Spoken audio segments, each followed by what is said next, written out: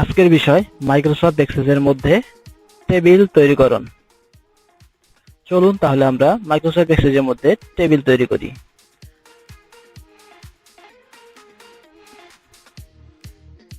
পূর্ববর্তী ক্লাসে আমরা মাইক্রোসফট এক্সেলের একটি ডাটাবেস ক্রিয়েট করেছিলাম। আজকে আমরা সেই ডাটাবেসের মধ্যে একটি টেবিল ক্রিয়েট করব।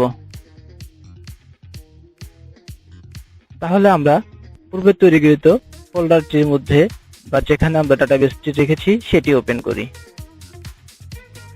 এখন আমরা পূর্বের তৈরিকৃত ডাটাবেসটি ওপেন করি। ডেমো অফ টিটিসি এই ডাটাবেসটি ওপেন করি। এখানে একটি টেবিল ক্রিয়েট অবস্থায় দেখাচ্ছে। তো ব্ল্যাঙ্ক ডাটাবেস হলে এই টেবিলটি শোনাও করতে পারে। সেক্ষেত্র থেকে নতুন একটি টেবিল আমরা কিভাবে ক্রিয়েট করতে পারি সেটি নিয়ে আমরা দেখব। এই টেবিলটিকে এই জায়গা থেকে আমরা রিমুভ করে দিই। যদি একটি ডাটাবেসের মধ্যে কোনো টেবিল না থাকে তাহলে ডাটাবেসটি কিরকম দেখা যায় আমরা সেটি চেক করব। এই ডাটাবেসটি ওপেন করি। আপনারা যখন ডাটাবেস ওপেন করার পর এরকম অবস্থা পাবেন, আপনাদেরকে জানতে হবে যে আমি ডাটাবেস ক্রিয়েট করেছিলাম কিন্তু ডাটাবেসের মধ্যে যে টেবিলটি আছে সেটি ডাটাবেসে কোনো টেবিল তৈরি করিনি, অথবা আমি ডাটাবেসটি এখনো ব্যবহার করিনি। আরেকটি ডাটাবেসের মধ্যে তথ্য সংগ্রহ করে রাখতে হলে অবশ্যই টেবিল লাগবে এবং এই টেবিলের মাধ্যমে আমরা তথ্য সংগ্রহ করে রাখতে পারি। তো আমরা একটি টেবিল কিভাবে ক্রিয়েট করি সেটি দেখে যাই। হোম মেনু থেকে আমরা যা দেখতে পাচ্ছি এখান থেকে নয়, আমাদের এই যে ক্রিয়েট হচ্ছে তৈরি করা। এই ক্রিয়েটের উপরে ক্লিক করলে আমরা জীবনের মধ্যে যে টুলসগুলো দেখব, এখানে আমরা সব ধরনের কাজ বা যা ক্রিয়েট করতে চাচ্ছি তা দেখতে পারবো।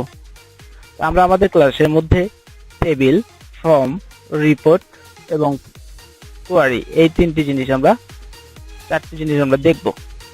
তো এখান থেকে আমি একটি টেবিল তৈরি করার জন্য ক্রিয়েট থেকে টেবিলস গ্রুপের মধ্যে এসে দেখি যে এখানে কি আছে। প্রথমে আছে কি টেবিল। যদি এটাতে ক্লিক করি তাহলে একটি টেবিল ক্রিয়েট হবে। এখানে দেওয়া আছে টেবিল টেমপ্লেট। আমরা যখন মাইক্রোসফট এক্সেলে একটি ডাটাবেস ক্রিয়েট করি তখন টেবিল সম্বন্ধে টেমপ্লেট সম্বন্ধে জানতে পেরেছিলাম যে আসলে টেমপ্লেট কি, অর্থাৎ মাইক্রোসফট কর্পোরেশনের নিজস্ব তৈরি করা বা বিল্ড করা কিছু টেমপ্লেট, যা মধ্যে টেবিল, ফর্ম, রিপোর্ট এবং কোয়ারি করাই আছে। এইগুলোকে আমরা নিয়ে রিইউজ করতে চাইলে টেবিল টেমপ্লেট থেকে টেবিল টেমপ্লেট নিতে পারি। এরপরে দেওয়া আছে শেয়ার পয়েন্ট লিস্ট। এখান থেকেও একই কাজ হবে। শেয়ার পয়েন্ট লিস্টেও কিছু ডেটাবেস ক্রিয়েট করা আছে। এখানে ডেটাবেস বলা যাবে না, এখানে বলতে হবে টেবিল ক্রিয়েট করা আছে। যেহেতু আমরা টেবিলস মধ্যে আছি, টেবিল ক্রিয়েট করা আছে। আর এখানে দেওয়া আছে টেবিল ডিজাইন আছে, অথবা টেবিলের ডিজাইনটা কিরকম হবে এটার উপরে ক্লিক করলে যে টেবিল ডিজাইনটা সম্বন্ধে আমরা জানতে পারবো। তো এখান থেকে যদি আমরা টেবিলে ক্লিক করি বা টেবিল ডিজাইনে ক্লিক করি একই কাজ হবে। যদি আমরা টেবিলে ক্লিক করে আগে সেভ করে তারপর টেবিল ডিজাইনটি ওপেন হবে, আর যদি টেবিল ডিজাইনে ক্লিক করি তাহলে আগে টেবিল ডিজাইনটি চলে আসবে, ওখান থেকে আবার সেভ করে নিয়ে আমাদেরকে টেবিলে কাজ করতে হবে। তো আমরা টেবিলে উপরে ক্লিক করি। এখানে একটি টেবিল চলে এসেছে। এখন যদি আমরা এই টেবিলের মধ্যে কাজ করতে যাই তাহলে আমাদেরকে এটা অবশ্যই ডিজাইনে নিয়ে আসতে হবে। তার আগে আমরা জেনে নেই যে টেবিলের মধ্যে আমরা কি পাচ্ছি। টেবিলের মধ্যে আমরা পাচ্ছি, আমরা এক্সেল বা ওয়ার্ডের মধ্যে যে টেবিল পেয়েছিলাম তার মধ্যে আমরা জানতে পেরেছিলাম যে এই সারিটাকে বলা হচ্ছে কলাম, কিন্তু এক্সেলে সেটা হয়ে গেছে ফিল্ড। এবং আমরা এক্সেল বা ওয়ার্ডের মধ্যে যে টেবিল পেয়েছিলাম সেটাতে এই সারিটাকে বলেছিলাম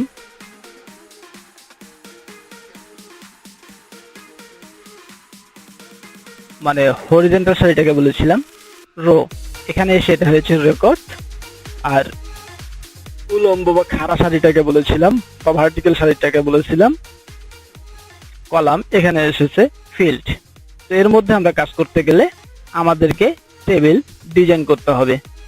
তো আমরা যদি টেবিলটাকে ডিজাইন করতে চাই তাহলে অবশ্যই টেবিল টুলসের মধ্যে থেকে ডাটা শিট যে আসে, এখানে দেখেন আমাদের ভিউ লেখা আছে। এই ভিউ থেকে আমরা টেবিল ডিজাইনের মধ্যে চলে আসি। এখানে ডাটা শিট ভিউ, অর্থাৎ আমরা যদি ডাটা শিট ভিউ রাখি তাহলে আমাদের টেবিলটি এইভাবে প্রদর্শিত হবে এবং ডিজাইন ভিউ ক্লিক করলে এর যে কার্যক্রম বা এটাকে আমরা কিভাবে ইউজ করতে যাচ্ছি, কোথায় কি থাকতেছে, কোথায় কি রাখবো একটি টেবিলের মধ্যে, সেটা সম্বন্ধে জানতে পারতেছি। যখন আমরা ডিজাইন ভিউ ক্লিক করব তখন আমাদের সামনে ডিজাইন ভিউ আসার আগে আমাদেরকে টেবিলটাকে সেভ করে নিতে বলতেছে। যখন আমরা ক্রিয়েট থেকে ডিজাইন ভিউ ক্লিক করেছিলাম তখন কি করেছিল, সরাসরি ডিজাইন ভিউটি ওপেন হয়েছিল। তো আমরা টেবিলের উপরে ক্লিক করার কারণে একটি টেবিল ক্রিয়েট হয়েছে এবং ডিজাইন ভিউতে ক্লিক করার সময় আমাদেরকে আগে কি বলতেছে, সেভ করে নিতে। অর্থাৎ আগে সেভ করতে হবে তারপর কাজ করতে হবে। তাহলে আমরা টেবিলের নামটি দিয়ে নেই। আমরা যেহেতু একটি শিক্ষা প্রতিষ্ঠান থেকে এটি তৈরি করতেছি, তাই একটি শিক্ষা প্রতিষ্ঠানের নামে আমরা এই টেবিলটার নাম দেব। তো আমরা টিটিসি স্টুডেন্ট লিস্ট নামে এই টেবিলটি ক্রিয়েট করি।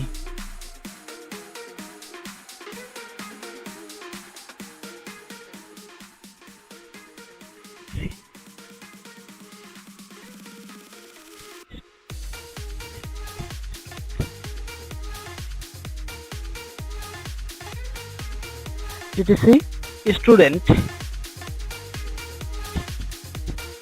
লিস্ট নামে আমি টেবিলটি ক্রিয়েট করতেছি।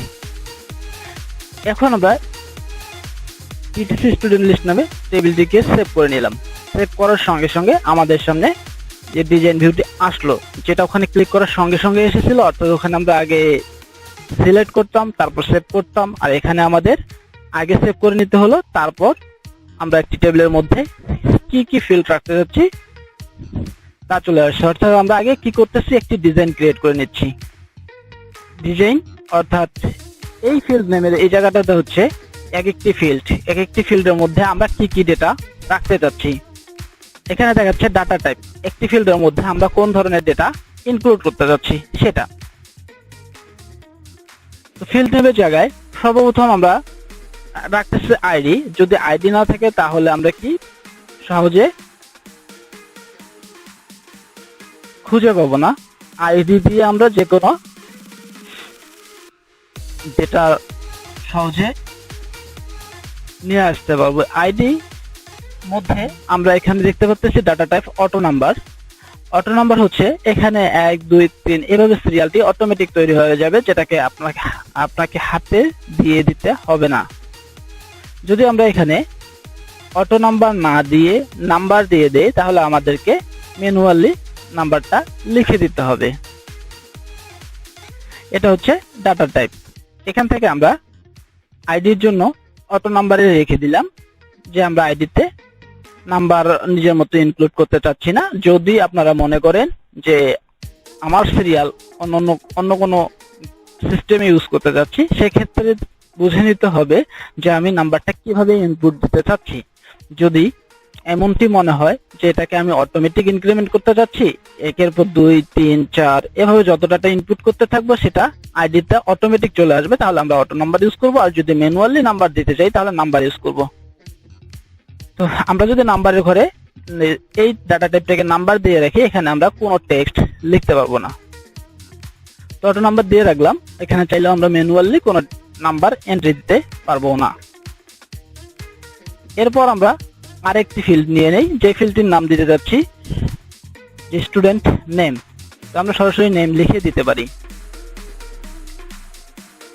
নেম, অবশ্যই নেম একটি কি, নামের মধ্যে কখনো সংখ্যা থাকে না, টেক্সট থাকে, তাই আমরা এই ডাটা টাইপটাকে টেক্সটে দিয়ে দিব। 255 ক্যারেক্টারের মধ্যে বা নিচে হলে আমরা টেক্সট রাখবো। যদি 255 ক্যারেক্টারের বেশি হয়ে থাকে তাহলে আমরা সেটাতে মেমো ইউজ করব। মেমো যখন ইউজ করব তখন সেখানে আমরা আনলিমিটেড ডেটা ইনক্লুড করতে পারবো অথবা আনলিমিটেড টেক্সট ইনক্লুড করতে পারবো। তো আমরা এটা নামের ক্ষেত্রে 255 ক্যারেক্টারের উপরে কোনো নাম যাওয়ারই কথা না, সেজন্য আমরা টেক্সট রেখে দিলাম। এরপর আমরা আরেকটি ফিল্ড নেই, যে ফিল্ডটির নাম দেব ফাদার নেম।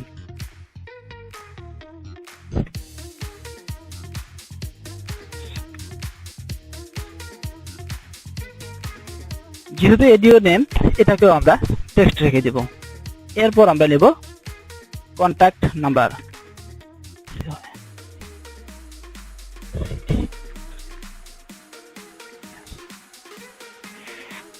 এটিকেও আমরা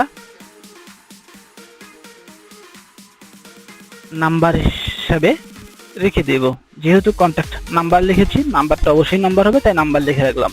এরপরে রাখবো আমরা অ্যাড্রেস।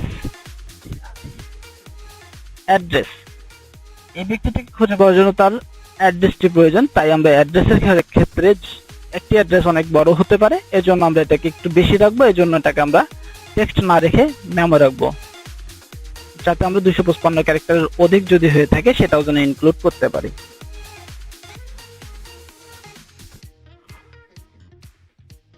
এই ছিল ফিল্ড তৈরি করা এবং ডাটা টাইপগুলো এখানে দিয়ে দিয়েছি।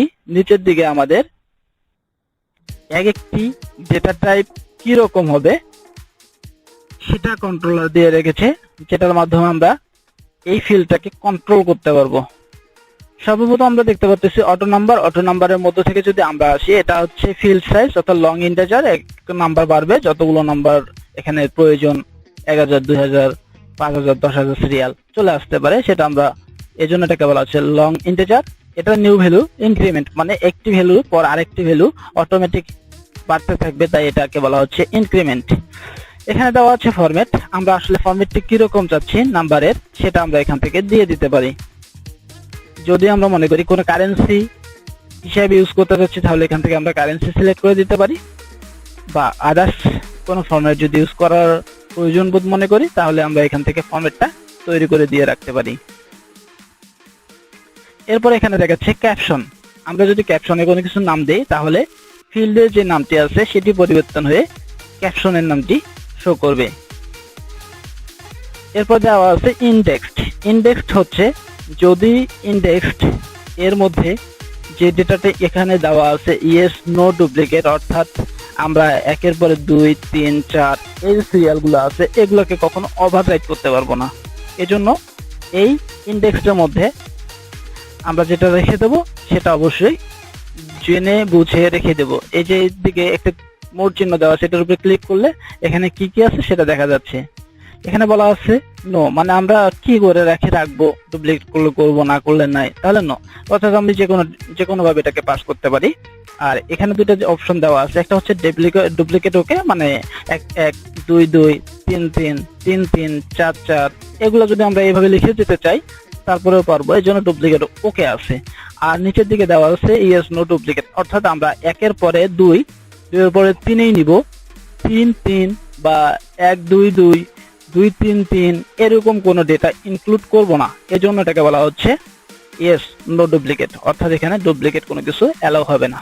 স্মার্ট ট্যাগ, আমরা স্মার্ট ট্যাগটি যদি লিখে রাখি তাহলে অনায়াসে বুঝতে পারবো এটা আসলে কি।